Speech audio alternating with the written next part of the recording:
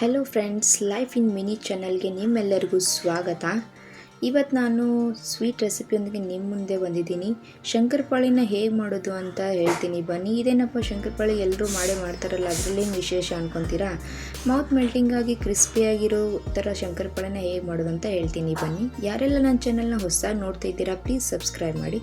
ಬನ್ನಿ ಹೇಗೆ ಮಾಡೋದು ಅಂತ ಹೇಳ್ಕೊಡ್ತೀನಿ.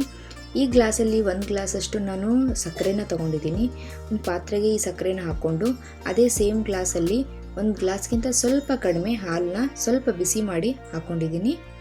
ಈಗ ಅದೇ 1 ಗ್ಲಾಸಲ್ಲಿ ನಾವು 3/4 ಭಾಗದಷ್ಟು ಅಥವಾ ಅರ್ಧಕ್ಕಿಂತ ಮೇಲೆ ಸ್ವಲ್ಪ ಅದನ್ನು ತುಪ್ಪನೂ ಸ್ವಲ್ಪ ಬಿಸಿ ಮಾಡಿ ಅದಕ್ಕೆ ಈಗ ಮಿಕ್ಸ್ ಮಾಡ್ಕೊತೀನಿ.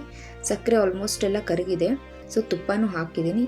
ನೀವು ಸಕ್ಕರೆ ಬದಲಾಗಿ ಶುಗರ್ ಪೌಡರ್ ಅಂದರೆ ಸಕ್ಕರೆನ ಮಿಕ್ಸಿಗೆ ಹಾಕಿ ಪೌಡರ್ ಮಾಡಿಕೊಂಡು ಅದನ್ನು ನೀವು ಯೂಸ್ ಮಾಡಿದರೂ ನಡೆಯುತ್ತೆ. ಇದೇ ಈಗ ಅದನ್ನು ಒಂದು ಪಾತ್ರೆಯಲ್ಲಿ ಹಾಕ್ಕೊತಾ ಇದ್ದೀನಿ.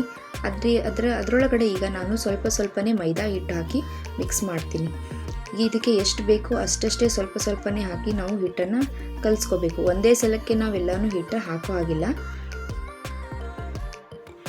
ಹಿಟ್ಟನ್ನು ನಾವು ಮೀಡಿಯಮ್ ಹದಕ್ಕೇ ಮಿಕ್ಸ್ ಮಾಡ್ಕೋಬೇಕು. ಚಪಾತಿಗೆಲ್ಲ ಮಾಡ್ಕೊತಿಲ್ಲ, ಅದಕ್ಕಿಂತ ಒಂಚೂರು ಗಟ್ಟಿಯಾಗಿರಬೇಕಷ್ಟೇ.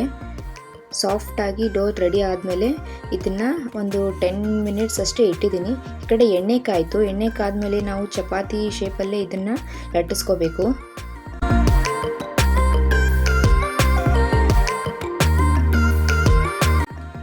ನೀವು ಶಂಕರಪಾಳಿನ ಯಾವ ಶೇಪಲ್ಲಾದರೂ ಕಟ್ ಮಾಡ್ಕೋಬೋದು. ಡೈಮಂಡ್ ಶೇಪಲ್ಲಾದರೂ ಮಾಡ್ಬೋದು ಅಥವಾ ಸ್ಕ್ವೇರಲ್ಲಾದರೂ ಮಾಡ್ಬೋದು.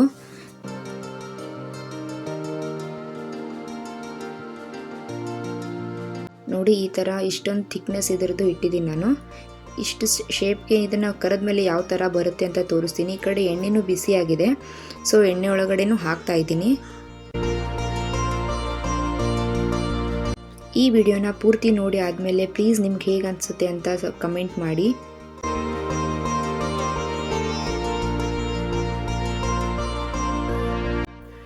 ಗ್ಯಾಸ್ನ ಲೋ ಫ್ಲೇಮಲ್ಲೇ ಇಟ್ಕೊಂಡು ಚೆನ್ನಾಗಿ ಇವನ್ನ ಕರ್ಕೋಬೇಕು.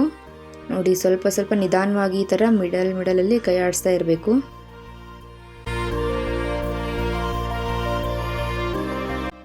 ಪೂರ್ತಿ ಗೋಲ್ಡನ್ ಬ್ರೌನ್ ಬರೋವರೆಗೂ ಚೆನ್ನಾಗಿ ಕರ್ಕೊಂಡು ಇದನ್ನು ನಾವು ಒಂದು ಪಾತ್ರೆಯಲ್ಲಿ ತಗೊತಾ ಇದ್ದೀನಿ.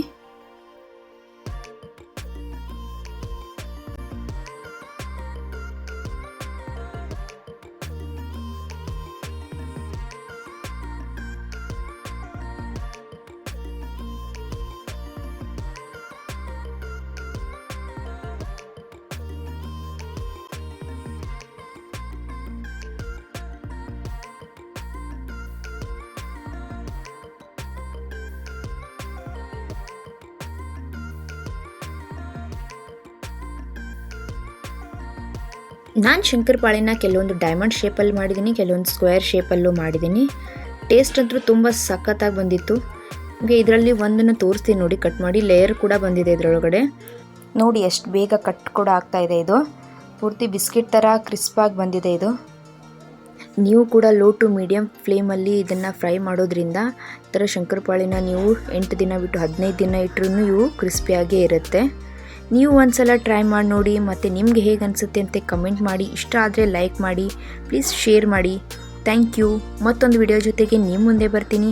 ಅಲ್ಲಿವರೆಗೂ ಎಲ್ಲರಿಗೂ ಬಾಯ್, ಟೇಕ್ ಕೇರ್.